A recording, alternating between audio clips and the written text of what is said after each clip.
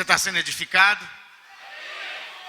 Quantos vão ter uma atitude diferente a partir de amanhã? Glória a Deus. Deixa eu te falar algo. Aprender é mudar. Vou falar novamente. Aprender é mudar. Repete comigo. Aprender é mudar. Fala novamente. Ok. Então deixa eu te falar outra coisa agora. Se tem muito tempo que você não muda, é porque tem muito tempo que você não aprende nada. Alguém tem alguma coisa contra em relação a isso? Você discorda radicalmente do que eu estou te falando? Tem um posicionamento de ouvir o que homens de Deus estão te passando, porque essas são chaves para o seu futuro. Eu gostaria de ler com você em Oséias, no capítulo 4, versículo 6. Se você não quer, não precisa abrir a sua Bíblia. Mas antes, eu queria perguntar para você se você sabe de cor a nossa visão, a visão da igreja. Lembra aquela? Cada crente, parará. Você sabe? Sabe mesmo? Então eu quero ver se você sabe.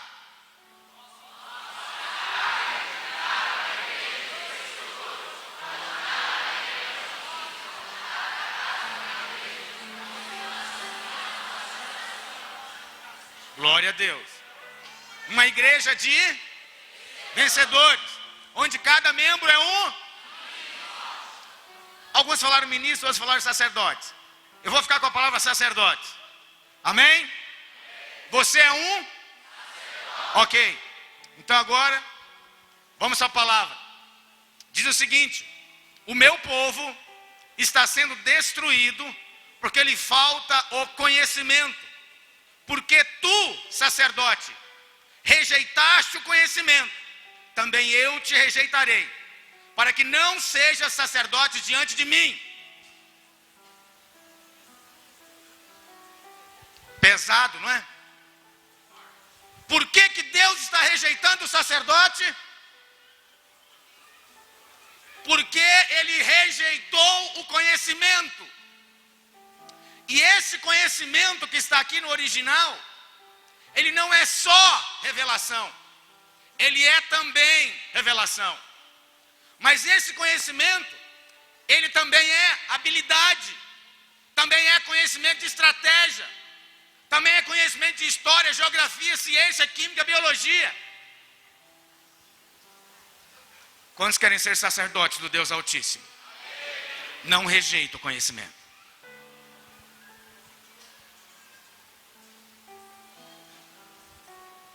Aprender é o quê? Mudar. Vamos de novo? Aprender é mudar. Então decida o que você vai começar a fazer a partir de amanhã cedo, às 7 da manhã. Ou antes disso. Defina uma nova rotina que irá comprovar aquilo que você aprendeu hoje. Que irá demonstrar as mudanças que você vai ter referente ao resultado do aprendizado. Eu quero compartilhar com você. Eu vou falar algumas coisas que todos já falaram. Pastor Johnny falou sobre a importância de ler. Pastor Ricardo Landim também sobre a importância de ler. Mas eu queria insistir mais um pouquinho nisso. Se você quiser ser coisa nenhuma, nunca leia nada. Se você quiser ser mediano como os demais brasileiros, quem quer ser igual toda a média dos brasileiros aqui? Deixa eu ver. Ufa. Então leia um livro por ano, talvez. Segundo a FEComércio, no ano de 2014, 70% dos brasileiros não leram um único livro. Não leram. Se você quiser ser medíocre, mediano, então leia um livro por ano. Se você quiser ser como os demais evangélicos do Brasil, leia o dobro, 2 vezes por ano, 2 livros por ano. Porém, se você quiser ser alguém acima da média, se você quer ser alguém diferenciado, decida ler pelo menos um livro por mês. Você tem capacidade para isso. Ah, pastor, é muito difícil. É muito difícil não, é preguiça demais. Deixa eu te falar uma coisa. Quem assiste muito televisão nunca vai aparecer nela.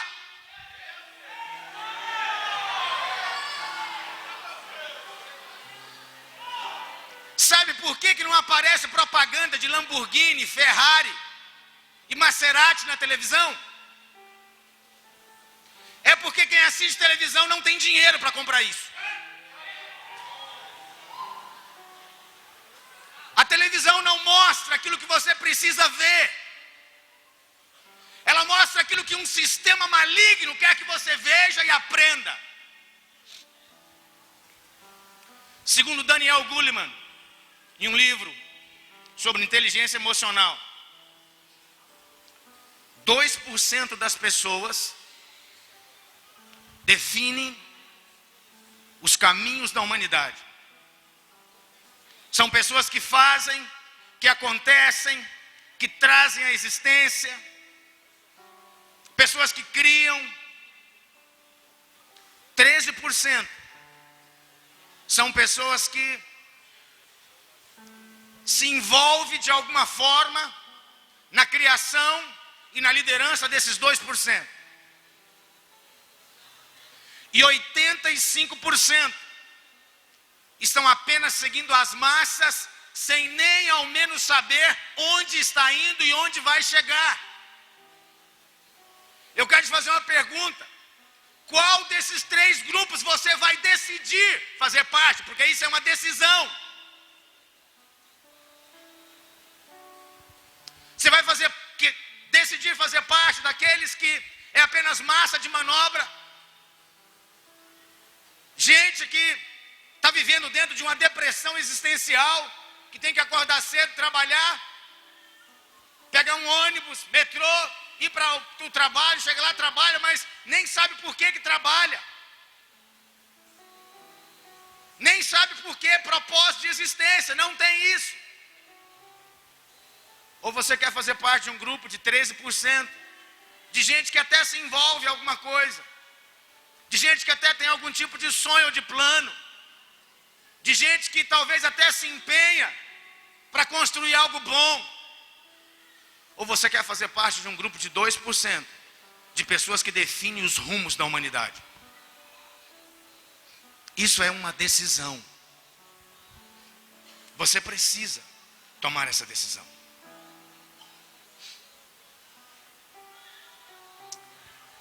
Oh Deus, remove de nós toda a ignorância.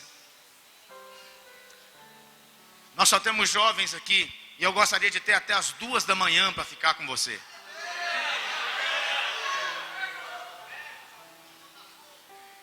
Oh Jesus. Olha, você sabe, deixa eu te explicar como é que o mundo te envolve e como é que ele cria em você uma estrutura de raciocínio maligna. Você já se perguntou por que você tem os desejos que tem? Por que você tem os valores que tem? Porque mesmo o pastor pregando a forma que é o correto, a forma que é o excelente, ainda assim, a sua vontade tem uma decisão do inferno de fazer exatamente o contrário. Já se perguntou por quê? A melhor forma de transformar uma história de desobediência, ódio, traição, desonra e morte, adultério, na coisa mais emocionante do mundo. Eu vou contar essa história para você, e ao final da história, essa história tem ódio, desgraça, traição, morte, adultério, desonra, e você vai terminar ela emocionadíssimo. Vai terminar chorando. Uau, que história bonita, que história linda. Eu também quero viver isso na minha vida. É isso que eu quero para mim. Desonrar meus pais, trair, quero adulterar, porque isso é lindo, bonito e maravilhoso. Sabe qual que é o nome dessa história? Chama-se Titanic. Segura aí, deixa eu te explicar agora, porque você não entendeu nada, né? É Titanic o quê? O navio ou o filme? É um filme. Que você morreu de chorar no final dele. Quase teve que foi infartado. Deixa eu te explicar como é que funciona a construção de um raciocínio, para você entender a que tipo de conteúdo você se expõe. Jesus era um contador de histórias, ok? Sim ou não? Sim. Qual que era o nome das histórias que Jesus contava? Parábolas. Qual que é o objetivo de uma parábola? É uma ilustração, normalmente uma história, que ilustra acontecimentos da vida com o objetivo de gerar estrutura de raciocínio e aprendizado. Ok? Parábolas dos 10 talentos, né? A parábola do semeador, da boa semente e assim por diante. Então, eu quero te falar, as parábolas, elas não pararam de ser contadas. E as parábolas do nosso tempo são, na verdade, os clipes musicais do inferno que batem a porta do seu celular com Katy Perry e seus demônios. E os filmes que nós assistimos. Aí agora, esse filme é uma parábola contada, só que não é mais nos moldes que Jesus contava. Agora, os melhores profissionais, roteiristas, audiovisuais, os melhores efeitos cinematográficos são juntados em uma história, e você está ali na frente dessa história durante 2 horas. As melhores músicas, os melhores músicos estão ali. Estudaram a vida inteira para saber como que a música interfere no aprendizado e nas emoções humanas. Para quê? Para te emocionar, para fazer com que você goste daquilo. Ok? Então qual que é a história do filme? Um mala sem alça, 171, pilantra de marca maior, chamada Jack, que nem dinheiro tinha para pagar a passagem. O cara entra no navio, conquista uma moça que está noiva de um rapaz. Essa noiva trai o rapaz, desonra sua mãe, adultera com ele. No final, todo mundo morre, é uma desgraça terrível. E você está lá no final do filme. O Jack não terminou com a Rose. Tá bom, pastor, mas onde é que está aí o mal, que eu até agora não consegui enxergar esse mal que o senhor está falando? Vamos lá. Lembra do que a Rose fala agora? Como é que é a história do filme? O filme se passa porque tem uma expedição que vai, né, buscar o Titanic. Por que eles estão lá buscando o Titanic? Só porque eles são historiadores? Não, por quê? Porque tem um colar lá que vale milhões, milhões, milhões, milhões. Aí a velha Rosa, agora com 190 anos de idade, ela está lá junto com aquela expedição, e ela pega aquele colar, e é aí que vem um golpe do diabo sobre você. Ela pega aquele colar e diz o seguinte: ninguém nunca me amou como Jack me amou. Em outras palavras, a experiência que eu vivi, nada nesse mundo pode pagar.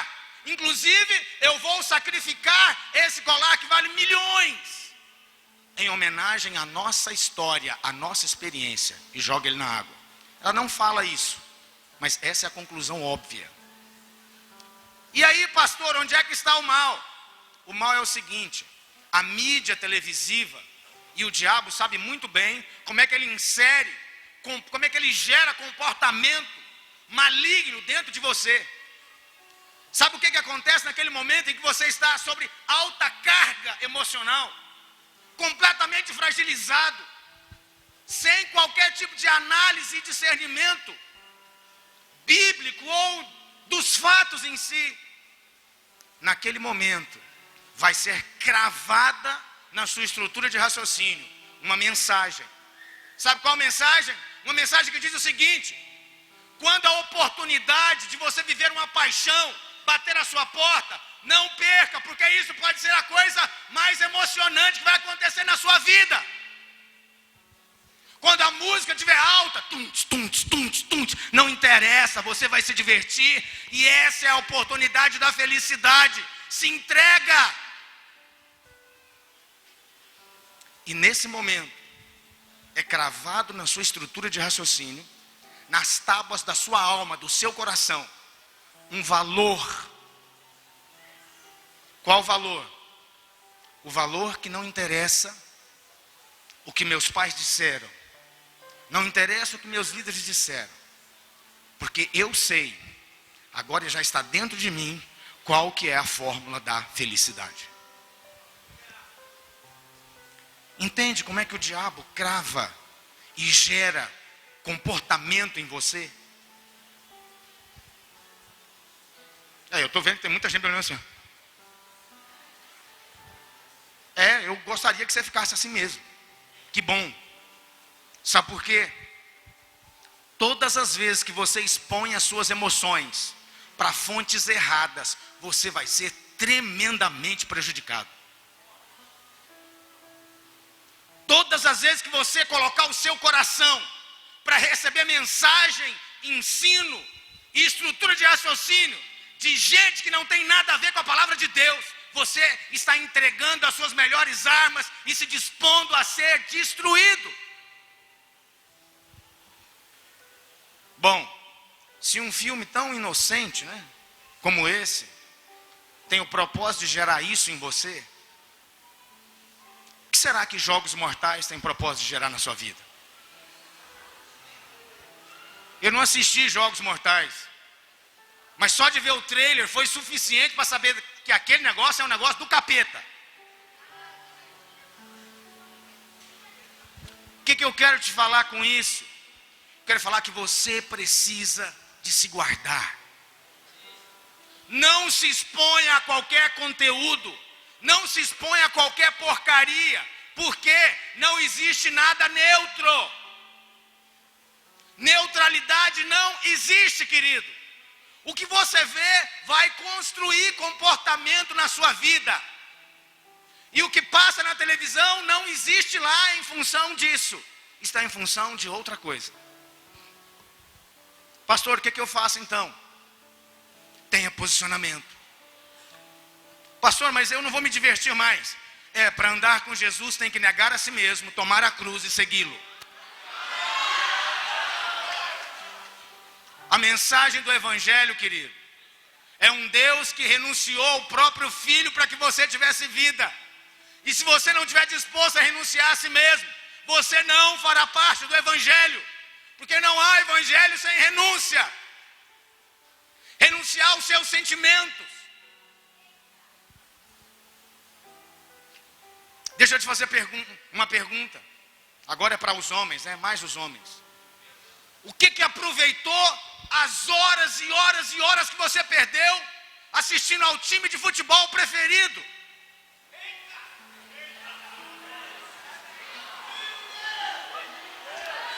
Pastor, você é contra futebol? Não, eu não sou contra futebol. Eu sou a favor da intimidade com Deus.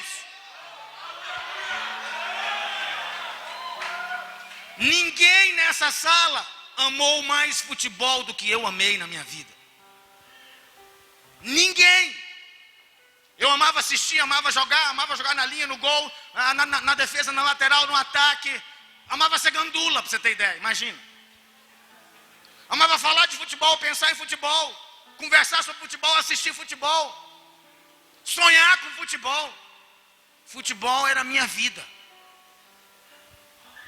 Até o dia em que Deus me falou que se eu quisesse crescer, que se eu quisesse avançar, se eu quisesse conquistar coisas maiores na minha vida, eu teria que abrir mão disso, porque isso era um valor muito alto na minha vida? Quais são os seus valores?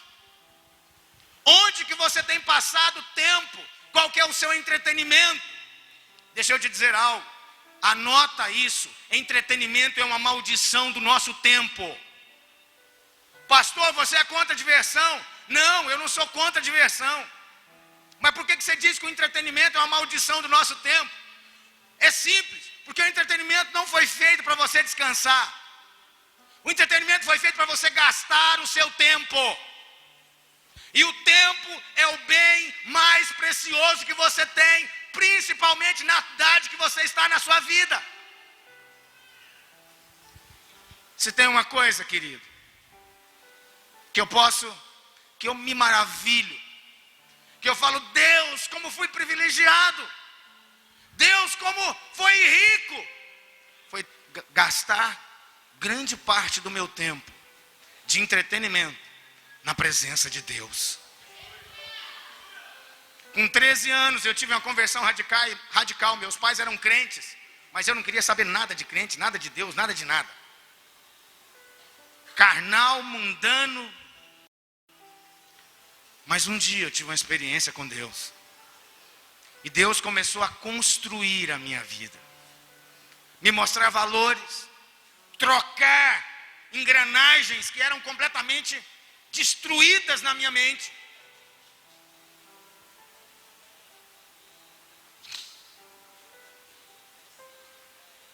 Eu queria compartilhar com você sobre a história de José. Olha só, estou passando um esboço aqui porque não dá para falar tudo. Você conhece a história de José? José era um adolescente sonhador. Quantos aqui tem sonhos? Deixa eu ver. Tem uns sonhadores aqui que são igual os Tiranossauro Rex. Ou muitos irmãos. Sabe o que é um Tiranossauro Rex? É que levanta o braço assim. E aí, quem tem sonho? Deixa eu perguntar, tem algum Tiranossauro Rex aqui? Deixa eu ver. Tem não? Então eu vou fazer a pergunta novamente. Quem tem sonhos aqui? Deixa eu ver. Glória a Deus. Amém. José, querido, ele era um adolescente que tudo que ele tinha era sonhos, absolutamente mais nada. Ele era um dos irmãos mais novos da família, filho de Raquel, irmão de Benjamim.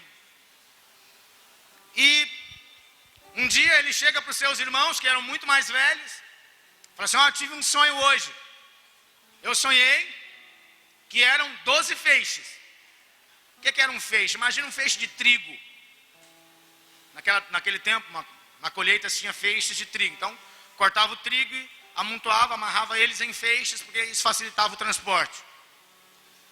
Eu tive um sonho, e existiam 12 feixes, e 11 feixes se ajoelhavam diante do meu feixe, do meu trigo.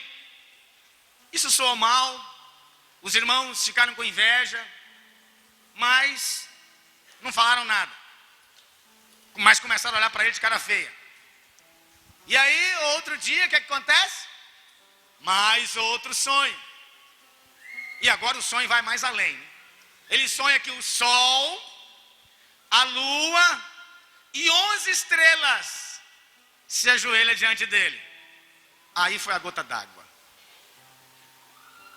Aí os irmãos falaram assim, vamos pegar esse pentelho, esse aborrecente de uma figa, e vamos detonar esse cara. Porque já chega, eu não suporto mais ouvir isso. Cuidado, não compartilhe os seus sonhos com pessoas erradas. Porque pessoas erradas, elas não suportam ouvir os seus sonhos. E o pior, vão querer liberar palavras de morte sobre ele. Vão ter sentimentos tóxicos em relação a ele.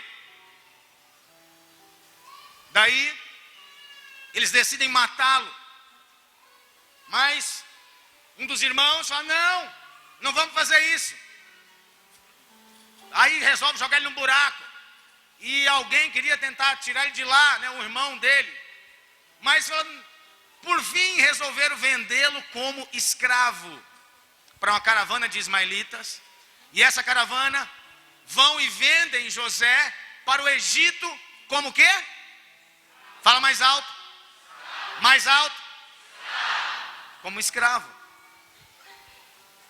Imagina um adolescente de aproximadamente 13, 14 anos, que é sequestrado da sua casa, onde está a sua mãe, está o seu pai, onde estão os seus irmãos, e é levado como escravo para outro país, onde ele não conhece a cultura, onde ele não fala o idioma, onde ele não conhece absolutamente nada. E quais os direitos que ele tem?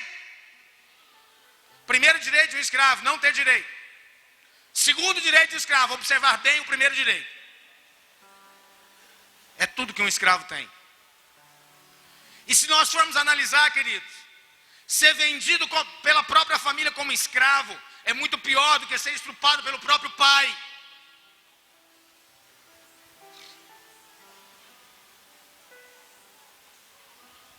Às vezes você fala: pastor, eu achei lindo tudo foi falado aqui, mas eu não tenho oportunidade. Eu preciso de oportunidade. Quantos querem oportunidades? Deixa eu ver. Eu quero mostrar para você quais foram as oportunidades que José teve. Eu queria que nós meditássemos isso nessa noite. Qual que foi a primeira oportunidade que José teve? Ser o quê? Escravo. Fala comigo. Primeira oportunidade. Ser escravo. Fala mais alto. Primeira oportunidade. Ser escravo. E o pior, ter que lidar com um sentimento de rejeição, abandono e traição dos seus próprios irmãos. Você quer saber qual que é a chave para a realização dos sonhos? É você aprender a lidar com os seus sentimentos. Sentimento de rejeição, de amargura. Pastor, mas o que tem uma coisa a ver com outra? É porque antes de Deus exaltar você, Deus vai ensinar você a lidar com o fracasso. Antes de você ser alguém de sucesso, você precisa aprender como que se comporta, qual que é o posicionamento de alguém fracassado. Você vai ter que aprender em tempos de completo fracasso. Fala para o seu irmão: antes do sucesso, você precisará aprender como se posicionar em um tempo de fracasso. A oportunidade que José teve foi de, naquele lugar, numa terra estranha, outro idioma, outra cultura, outro momento, que ele não conhecia ninguém, se posicionar e olhar para quem e esperar em quem. Fica de pé, você está muito disperso. Eu não vou terminar a mensagem agora não, é só para você. Faz assim comigo, junta a mão assim.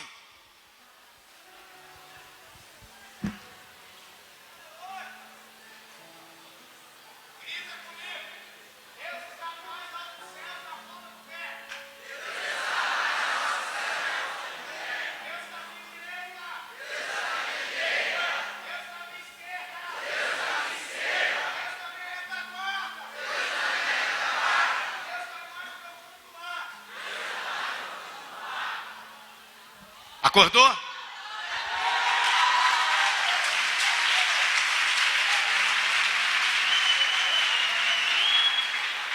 Pode sentar.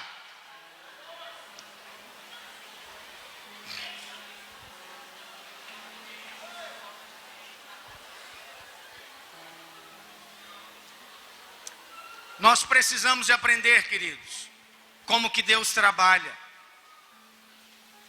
Sabe como é que Deus trabalha? Ó, pastor, eu fui rejeitado. Meu pai me abandonou. Minha mãe não tem o cuidado que precisava de mãe para comigo. Eu quero te dizer algo. Essa é uma oportunidade. Oportunidade de quê? Oportunidade de ser completamente curado e se tornar um canal de cura para multidões. Pastor, fui traído. Pastor, fui rejeitado. E eu sei, a dor da rejeição dói muito. Te fere por dentro. Ah, pastor, eu não acho isso tanto assim. O dia que a sua célula for para a comunhão, para ver um filme bacana e não te chamar, você vai entender o que eu estou falando. Vão te esquecer, porque Deus vai providenciar isso, viu? O próprio Jeová vai estar lá, cuidando das coisas. Mas se você já sabe, então, fala, Deus, eu já sei o que é rejeição. Eu já senti isso, eu já sei o que é esse sentimento. E José, querido, ainda assim, ele aplica o seu coração para responder para quem? Diga para mim. Para quem? Para quem? Aprenda uma chave. Pastor, o Breno Rogério falou sobre isso. Aprenda a passar as suas crises diante de Deus. Está em crise, está rejeitado, foi traído. Vai para Deus e fala, Deus, o que eu preciso aprender nisso? Ao invés de ficar falando, foi ele que me deixou assim, essa igreja, essa liderança. Acorda! Entenda como é que Deus te chama e te capacita e te treina. Quantos querem realizar sonhos? Levanta a mão. Se você quer realizar sonhos, aprenda a lidar com as suas crises. Aprenda a passar as suas crises diante de Deus. Ao invés de você procurar culpados, fala, Deus, o que eu preciso de aprender nisso? Eu vou para ti lá no meu quarto, vou chorar e as minhas lágrimas serão para o Senhor e para ninguém mais.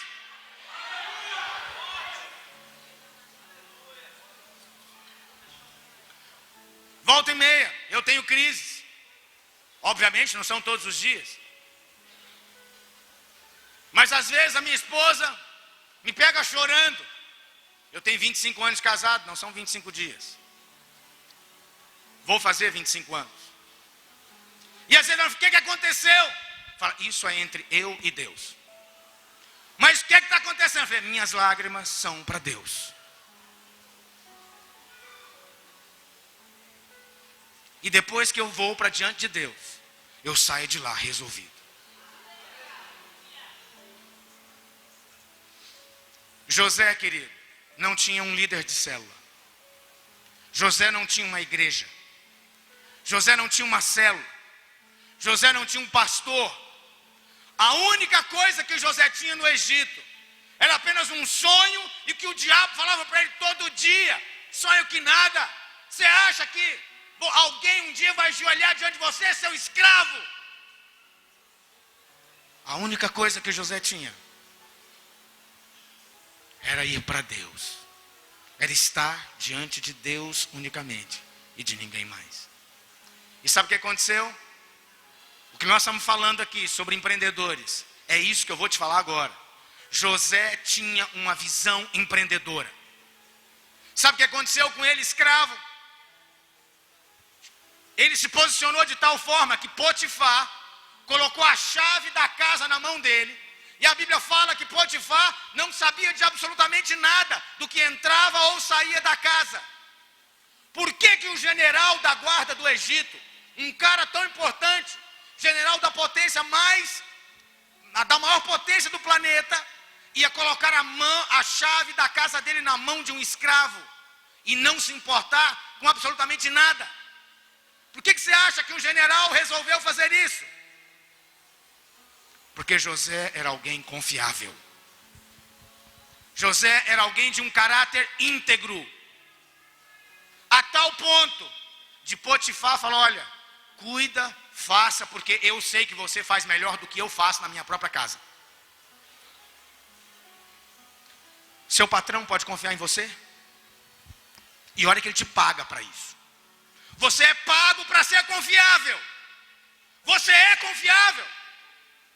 Quando seu patrão sai da empresa e você fica sozinho lá, você é confiável. Ou você resolve roubar eles e dar a desculpa que vai discipular os membros da célula, via WhatsApp. José estava só. Só, entre aspas. Estava ele e Deus. A chave de José, querido, é que ao invés de ele querer procurar culpados, dizer que o irmão, que o pai, ou que qualquer outra coisa, ou querer justificar a sua desgraça, justificar a sua escravidão, sabe o que ele fez? Se posicionou em Deus. Falou, não importa, eu vou ser o melhor aqui dentro, ainda como um escravo. Então quero falar para você, o pouco salário que você recebe não justifica um trabalho de mediocridade onde você está inserido. Se você acha que não recebe para fazer isso, sai de lá e fica sem fazer nada.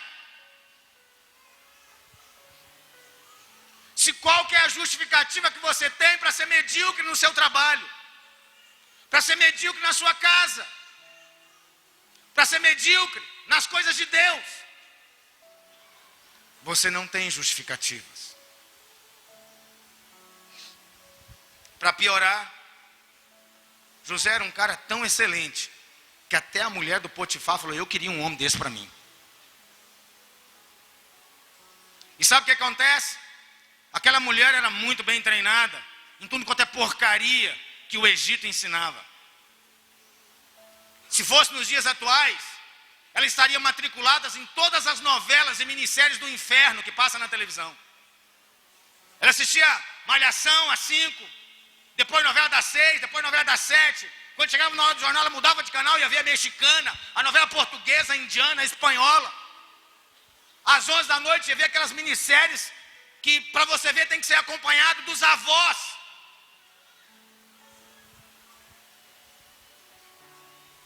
E ela chega para José, fala, esse cara é muito bom, então está no papo. Sabe qual que é a primeira coisa que ela faz quando ela vai ter com José? Ai, José, quando eu chego perto de você, dá um calor. Já viu gente assim? E José nem tchum para ela. E ela engrossa mais o caldo. Chega para José e começa a fazer insinuações sensuais para ele. Ai, José. José. Ai, José. Eu perco a inspiração, José, quando estou perto de você. Chuta que é laço.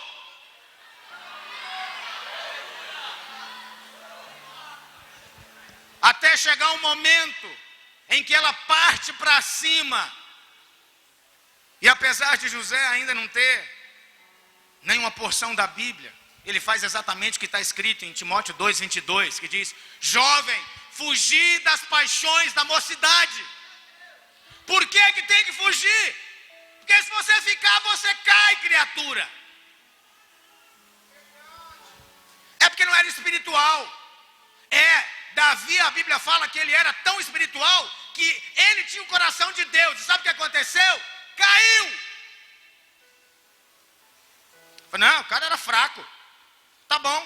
Sansão, tá bom para você? A Bíblia diz que prenderam Sansão. Acho que foi em Jericó. Não foi em Jericó. Jericó é uma cidade de Israel. Uma cidade dos filisteus. Sabe o que aconteceu?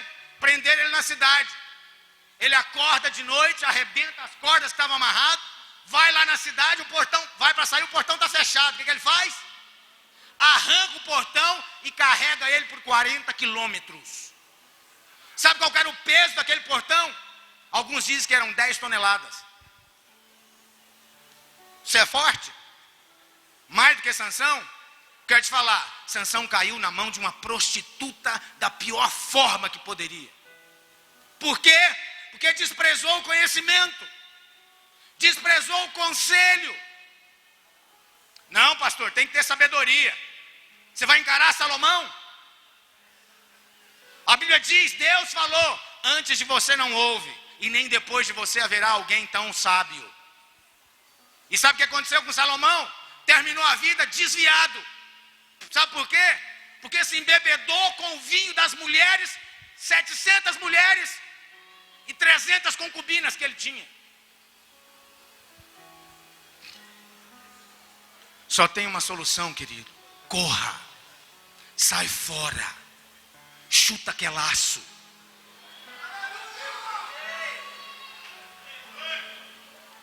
E o que acontece com José? A mulher, cheia de piti. Já viu gente de piti? Já viu? Conhece alguém que gosta de piti? Terrível, tem que falar, cria vergonha. Se converte, vai para o encontro. Tem uma experiência com Deus. Deixa de ser carnal. E aquela mulher começa a dar piti. Falar, olha só. Chamou os outros empregados, porque a casa tinha muitos empregados e José era o chefe deles. Olha só o que esse escravozinho veio fazer aqui. Ele veio me mostrar o pipiu, mas eu gritei e ele correu. E Potifar não tem nenhuma opção a não ser lançá-lo onde? Na cadeia. Dá para você imaginar como é que José ficou quando foi lançado na cadeia, irmãos?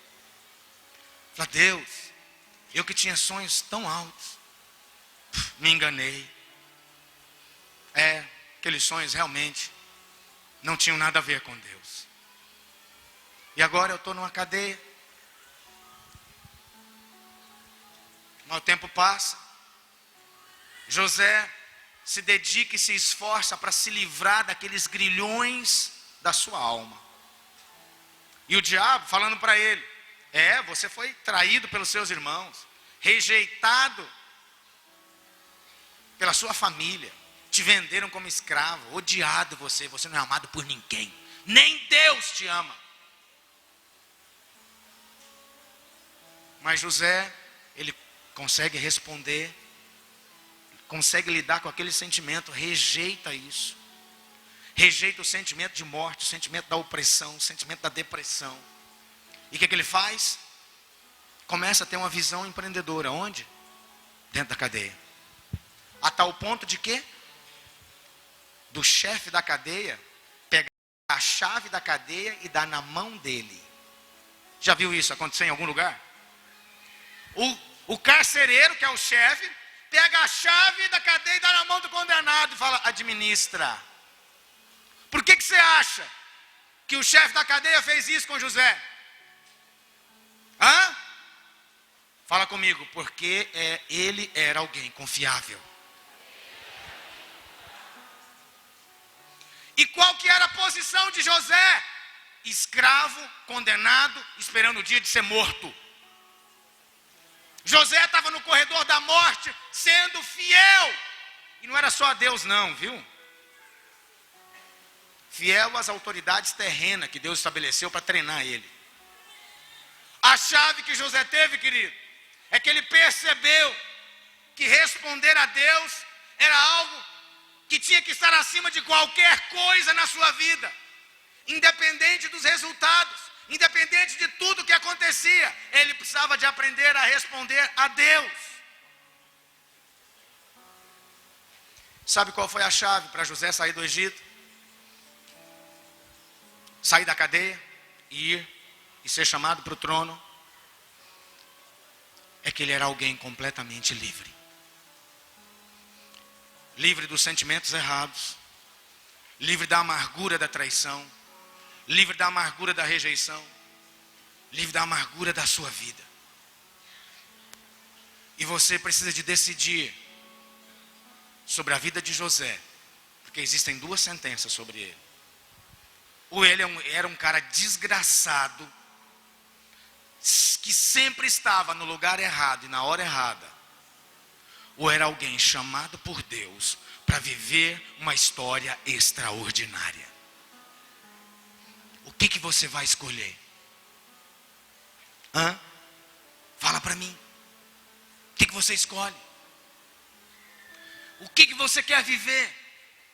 As oportunidades que Deus tem mandado para você é para você aprender a lidar com os sentimentos errados que batem à porta da sua alma todos os dias. Deus não precisa. O que Deus precisava para transformar José no governador do Egito? Fala para mim. O que Deus precisa para exaltar você e transformar você em alguém de autoridade máxima nesse lugar? Deus depende de algo? Deus depende do seu coração. Quem está disposto a rejeitar completamente todo sentimento errado? Sentimento de injustiça. Quantos já foram injustiçados? Eu sei o que é ser injustiçado.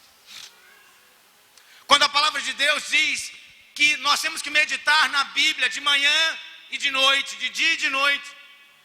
Só pastor, tá bom, mas o que é meditar? Vou te explicar agora o que é meditar, você vai entender. Sabe quando você foi injustiçado? Lá no seu trabalho, seja no trânsito, te xingaram, te falaram um monte, e você ficou irado. Chamou você dos piores nomes que podia. Fedido, mal arrumado, pobre, burro, sua anta. Aí o que acontece com você? Você chega na sua casa de cara feia, a mãe pergunta: o que foi, meu filho? Nada não, mãe, nada não. Nada mesmo, né? Aí você vai tomar banho. Quando você entra no seu banheiro, você evoca uma discussão virtual, onde você é o réu, o advogado e o juiz. E aí você traz aquele momento, daquela cena vivida, da injustiça, e começa a meditar nela. Abre o chuveiro e começa. Aquele desgraçado. Assim, eu devia ter falado isso. Mas aí na hora que você fala, eu devia ter falado isso, o cara responde. Ele está lá com você, dentro do banheiro, onde não tem ninguém mais. Aí ele fala, Aí fala, e quando ele fala, eu vou falar, B. Sabe o que é isso? Isso é meditação. Sabe por que se fica deprimido? É porque medita na morte. Depressão é um processo de meditação na morte, meditação na impossibilidade, meditação na insolubilidade, meditação em coisas insolúveis, meditação na desgraça, meditação na depressão, na rejeição, meditação no sentimento errado. O que Deus mandou você fazer? Meditar onde? Quando? Domingo, não é isso? Vem domingo aqui e 2 horas é muito, você já tem que ir embora rapidão, porque tem um monte de coisa que você está perdendo na televisão. Quantas vezes eu tenho que meditar? Quantos dias na semana? Todos os dias. Quantos querem entrar no caminho para realizar os sonhos? Coloca aquela música de novo para mim, aquele vídeo. Novamente. Fica de pé. Eu queria orar com você.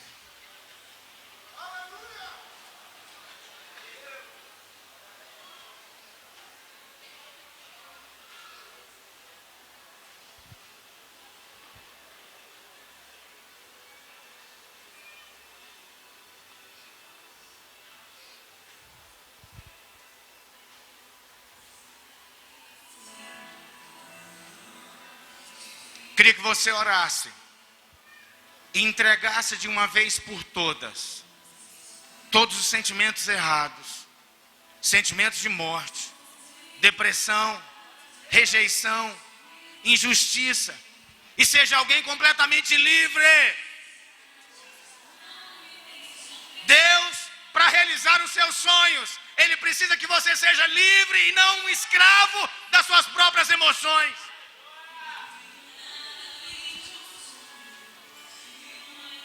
Comece a orar.